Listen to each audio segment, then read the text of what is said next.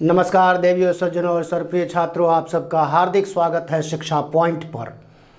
CBSE 12th class examinations 2021 इस पर बहुत सस्पेंस बना हुआ है।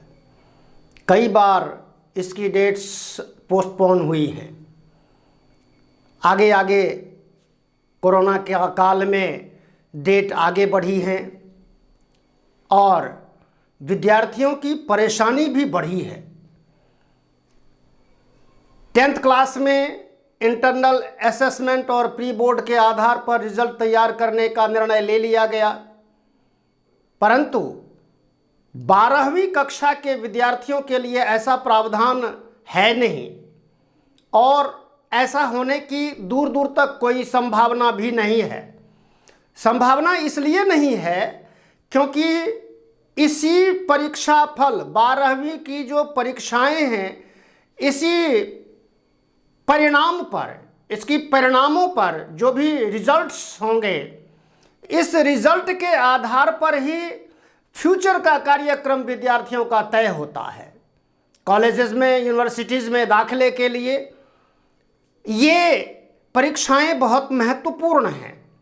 इसलिए बोर्ड ने तमाम राज्य सरकारों के शिक्षा मंत्रियों से सलाह मशवरे करने के बाद, हालांकि अभी कोई निश्चित तिथि तय नहीं की गई है, आधिकारिक सूचना, आधिकारिक निर्णय 1 जून को संभावना है कि लिया जाए कि क्या करना है, कब से डेट फिक्स की जाए, कब से है। लेकिन अधिक संभावना यह जताई जा रही है कि जुलाई, मध्य जुलाई से लेकर के और अगस्त तक ये परीक्षाएं आयोजित होंगी।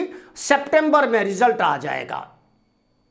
इस दौरान ये देखिए, कोरोना का समय है और इस कोरोना ने वैसे तो सभी वर्ग, अमीर गरीब, मजदूर, व्यवसायी, सभी वर्ग के लोगों को प्रभावित किया है। लेकिन मेरा ऐसा मानना है कि विद्यार्थियों को, उनके भविष्य को बहुत बुरी तरह से प्रभावित किया है इस कोरोना काल ने।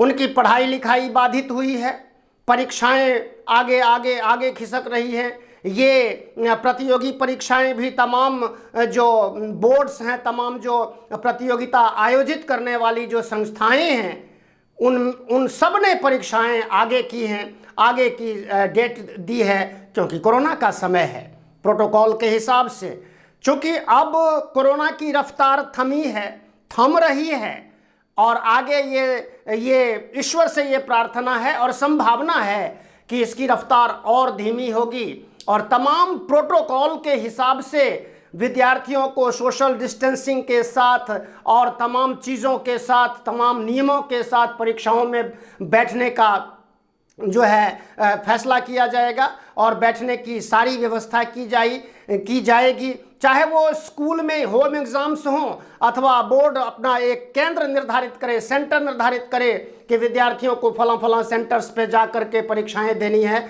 जो भी हो, ये निर्णय सबके हित में होगा।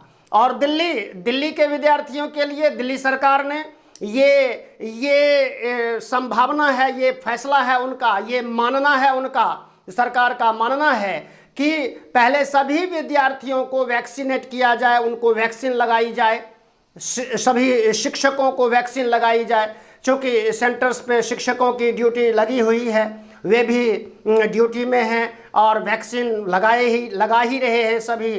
तो सारी चीज़ों को जो है देखते हुए ये सब निर्णय लिया जाएगा। लेकिन बहुत संभावना, 99.99% ये संभावना है कि जुलाई के मध्य में ये परीक्षाएं आयोजित कर ली जाएंगी और अगस्त तक इसको संपन्न कर लिया जाएगा, इन सभी परीक्षाओं को। और जो प्रमुख जो विषय हैं, जैसे कि गणित है, साइंस है और क्या नाम है, पॉलिटिकल साइंस है, फिजिक्स है, बायोलॉजी है, इंग्लिश है, इन सब विषयों की तो परीक्षाएं बिल्कुल होनी ही होनी है, क्योंकि इन्हीं सब के परिणाम पर फ्यूचर का कार्यक्रम तय होता है, भविष्य का कार्यक्रम तय होता है विद्यार्थियों का। तो ये और एक दो चीज़ें हैं। एक तो एक ऐसा वर्ग है शिक्षाविदों का, बोर्ड के अधिकारियों का, मंत्रियों का, ये एक ऐसा वर्ग है जो ये मानता है कि 3 घंटे की परीक्षाएं एज यूजुअल जैसे होती रही है वैसे की जाएं। उसमें एमसीक्यूज और जो भी प्रावधान है, जो स्ट्रक्चर है क्वेश्चन पेपर का, वो एज यूजुअल हो। और कुछ ऐसा मानते हैं कि इसको घटा करके केवल 1.5 घंटे की परीक्षाएं आयोजित की जाएं। प्रत्येक पेपर के लिए 90 मिनट का समय निर्धारित किया जाए और इसमें केवल एमसीक्यूज यानी कि बहुवैकल्पिक प्रश्न ही पूछे जाएं। तो ये एक अच्छी बात होगी। चाहे 3 घंटे की परीक्षा हो या परीक्षा हो 1.5 घंटे की, ये कोरोना का समय और ये मुसीबत का, सबसे बड़ी मुसीबत का समय है। इस मुसीबत को, इस आपदा को मैं समझता हूं कि विद्यार्थियों को अवसर के रूप में देखना चाहिए। निराश न होइए।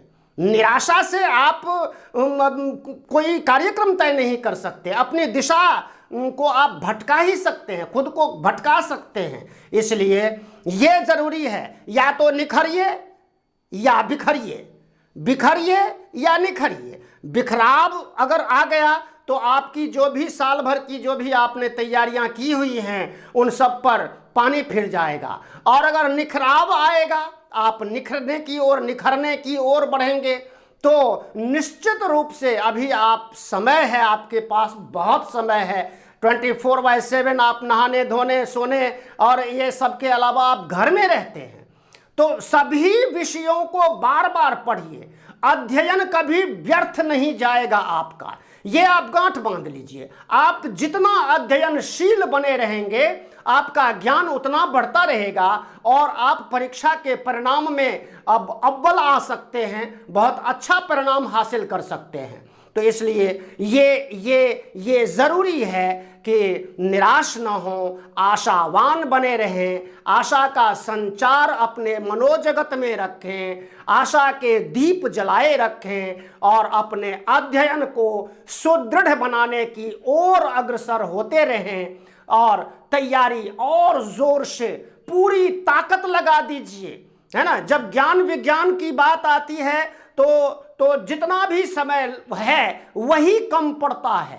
जब आप अभ्यस्त हो जाते हो, आप अपने आप की ऊर्जा को जब आप पढ़ाई लिखाई में लगा देते हो, तो आपको दुनियादारी की और कोई बात सूझती नहीं है और आप सिर्फ और सिर्फ अध्ययन में और ज्ञान विज्ञान के परिमार्जन में लगे रहते हो, इसके विकास में लगे रहते हो। तो ये आवश्यक है सभी विद्यार्थी इस बात को ध्यान दें और इस बात का ध्यान रखते हुए आप अपनी तैयारियों को बिल्कुल कमज़ोर ना होने दें, बिल्कुल कमज़ोर ना होने दें। क्योंकि ऐसा होने पर 3 घंटे की परीक्षा हो या 1.5 घंटे की परीक्षा हो, वस्तुनिष्ठ प्रश्न आए या डिस्क्रिप्टिव टाइप के प्रश्न आए, आपकी तैयारी अगर रहेगी, क्योंकि बहुवैकल्पिक, मान लीजिए कि 1.5 घंटे की परीक्षा होने वाली है एक विषय की और उसमें सारे बहुवैकल्पिक प्रश्न पूछे जाने हैं, तो बहुवैकल्पिक प्रश्नों की एक खासियत है। खासियत ये है कि अगर आपका विकल्प सही चुना गया, आपने सही विकल्प चुना तो पूरा नंबर, और गलत विकल्प चुन लिया तो पूरा नंबर गया। ये एक अच्छी बात भी है और साथ में बुरी बात भी है, मतलब अच्छाई भी है और बुराई भी है। अच्छा, सही विकल्प पूरा नंबर आपको देगा, गलत विकल्प आपसे पूरा नंबर ले लेगा। तो ये ध्यान में रखते हुए आप तरह तरह जो भी विषय आप पढ़ते हैं, math, science, physics, chemistry, pol science, business studies और जो इंग्लिश, हिंदी, जो भी आर्ट्स साइड के छात्र हैं या कॉमर्स के हैं अथवा हैं साइंस के, किसी भी फील्ड में हैं, किसी भी स्ट्रीम में हैं आप, तो आप अपने सभी विषयों को लगातार रिवाइज करते रहिए।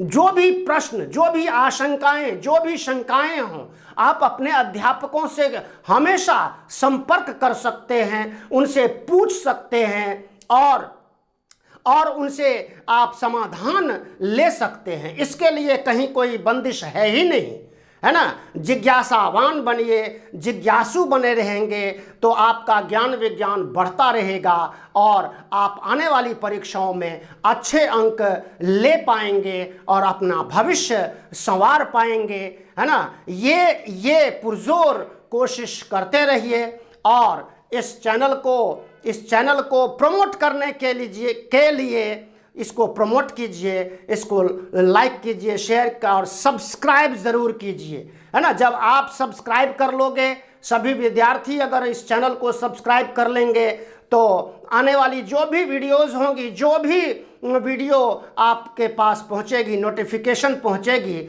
आप नोटिफिकेशन बेल को भी दबाइए और नोटिफाई कीजिए, चैनल को प्रमोट करने की पुरजोर कोशिश कीजिए, धन्य कीजिए और अपना जीवन संवारिए। अपना जीवन संवारने के लिए कोई बाहरी शक्ति आपकी सहायता करने वाली नहीं है, इसलिए ज़रूरी है कि आप अपनी सहायता, आप अपने मनोजगत को बिल्कुल एक सही दिशा में रखिए, निराश बिल्कुल ना होइए। मुसीबतें आती हैं, क्या करेंगे आप देखते नहीं हैं, कभी ये कोरोना मुसीबत है, कभी ये ब्लैक फंगस है और कभी तूफान है, समुद्री तूफान महाराष्ट्र और गुजरात में आप देख सकते हैं। अभी सभी न्यूज़ चैनल्स देखते हैं, सभी खबरों से वाकिफ़ रहते ही हैं। और अभी उड़ीसा के तट पर जो है यास नाम का तूफान आने वाला है, जिसकी संभावना जिसने दस्तक दे दी है इलाकों में, तटीय इलाकों में। तो ये तमाम जो आपदाएं होती हैं, इन आपदाओं में या तो हम टूट सकते हैं